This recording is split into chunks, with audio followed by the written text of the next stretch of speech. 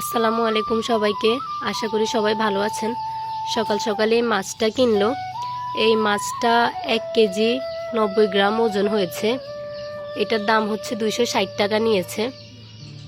আপনারা অবশ্যই কমেন্ট করে জানাবেন যে এই মাছটার দাম বেশি হয়েছে নাকি কম হয়েছে। আমাদের এখানে তেলাপিয়া মাছের কেজি 240 টাকা করে বিক্রি হয়, আর এই মাছটা 260 টাকা হয়েছে। মাছটা এখন কেটে নেওয়া হচ্ছে আর এখন পিস পিস করা হবে। এই পাশে আমাদের পুচি মাছের আশেপাশে ঘুরতেছে, কখনো মাছ নিয়ে পালাবে। পুচির কাণ্ডটা দেখেন আপনারা শুধু, ও কি করে।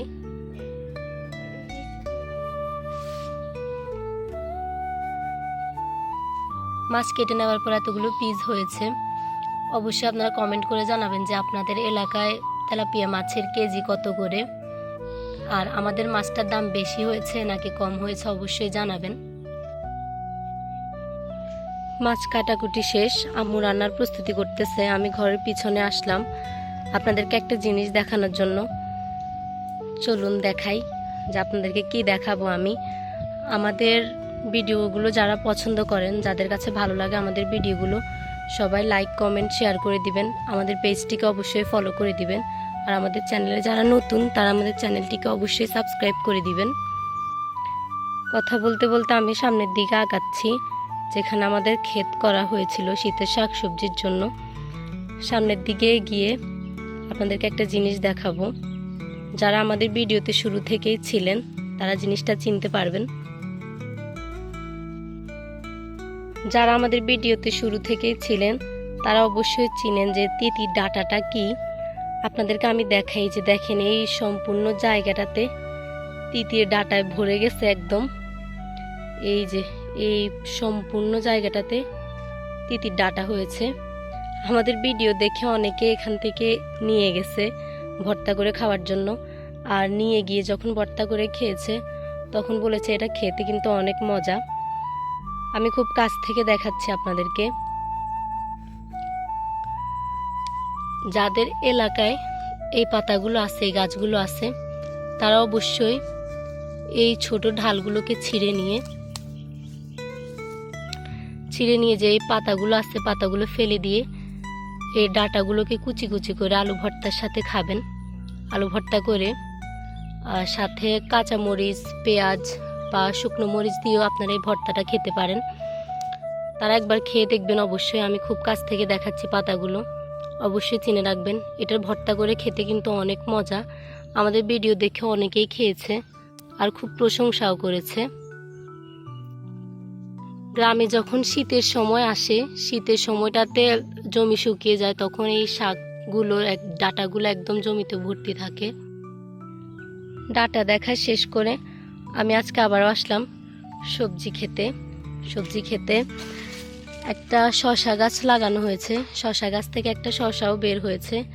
আপনাদেরকে দেখাচ্ছি শসাটা দেখতে কিরকম।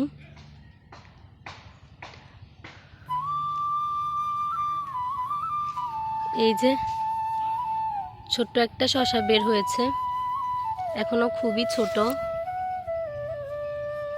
ছোট একটা শসা।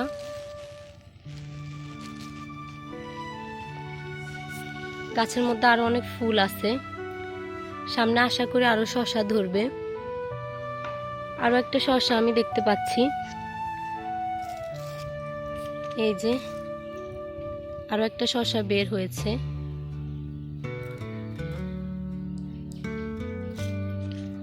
তো আজকে শীতের সবজি বাগানে মোটামুটি আমি সম্পূর্ণ বাগানটা ঘুরবো না, শুধু শসা গাছ দেখতে এসেছি। আর দেখতে এসে দেখি যে গাছের মধ্যে 2টো শসা অলরেডি ধরেছে। দেখা যাক এগুলো শেষ পর্যন্ত কত বড় হয় আর খাওয়ার উপযোগী হয় কি না। আসলে যেহেতু আমাদের এখানে সাপ্তাহিক হাট বসে, তাই আজকে সকাল সকাল মাছ, শাক, সবজি সব কিছু বাজারে উঠবে। এই মূলা শাকগুলো কিনে এনেছি 20 টাকা করে। 20 টাকা হিসেবে খারাপ না, আগের থেকে অনেক দাম কমেছে। কয়েকদিন আগে এরকম শাকগুলো 40 টাকা করে বিক্রি করা হয়েছিল। আপনাদের এদিকে সবজি বা মাছের দাম কমেছে কিনা অবশ্যই কমেন্ট করে জানিয়ে যাবেন। আমি এখানে দুপুরে রান্না করার জন্য আম্মুকে মাছের চচ্চড়ি করবে। আম্মুকে এগুলো সব রেডি করে দিচ্ছি। মাছের চচ্চড়ি করার জন্য এখানে হলুদ, মরিচ, লবণ, পেঁয়াজ, তারপরে রসুন, তেল একসাথে মেখে নিয়েছি। মেখে কিছুক্ষণ রেখে দিয়েছি। এখন আমি মাছগুলোকে এগুলোর সাথে মেখে আরও কিছুক্ষণ রেখে দিব। এতে করে মাছের চচ্চড়ি কিন্তু খেতে অনেক মজা হয়। হাত দিয়ে মাখিয়ে নেওয়ার পর এগুলো এরকম হয়েছে। ক্যামেরার কারণে সম্পূর্ণ লাল কালারটা আসেনি। এভাবে কিন্তু মাছের চচ্চড়ি করলে খেতে অনেক মজা হয়। যারা এভাবে করেছেন তারা অবশ্যই জানেন। আগে হাত দিয়ে মাখিয়ে নিলে মাছের চচ্চড়ি কিন্তু এভাবে খেতে অনেক মজা। তো আলু দিয়ে মাছের চচ্চড়ি করা শেষ। কালারটা অনেক সুন্দর হয়েছে আর অনেক গ্রানও বের হয়েছে। ধন্যবাদ সবাইকে আমাদের ভিডিওটি দেখার জন্য। সবাই লাইক, কমেন্ট, শেয়ার করে দিবেন আর আমাদের চ্যানেলটিকে অবশ্যই সাবস্ক্রাইব করে দিবেন।